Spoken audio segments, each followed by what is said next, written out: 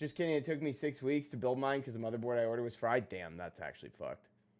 W fried motherboard. Come on. Trying to upgrade my engine in my WRX. I think the STI engine would be fucking sick. Fine tune it, 8.7K. Might as well just look into new cars at this point. Might as well. Oh, never mind. I'll just keep driving my old car. It's fine. Let them know, dude. That's what I'm saying, bro. Fuck with me, Geek Squad.